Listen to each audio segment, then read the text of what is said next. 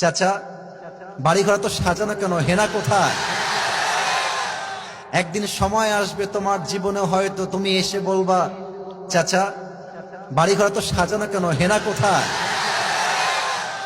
আর চাচা বলবে, বাবা হেনার তো বিয়ে হয়ে গেছে, তুমি বাস খাও, তুমি গামজা খেয়ে ঘুরে বেড়াও।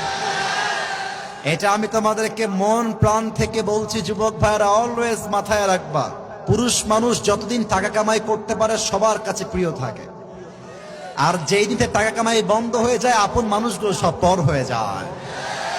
টাকা কামাই করো হালাল ভাবে, অনেক বেশি ব্যবসা করো, চাকরি করো, উদ্যোগ নাও, প্রতিষ্ঠিত হও জীবনে।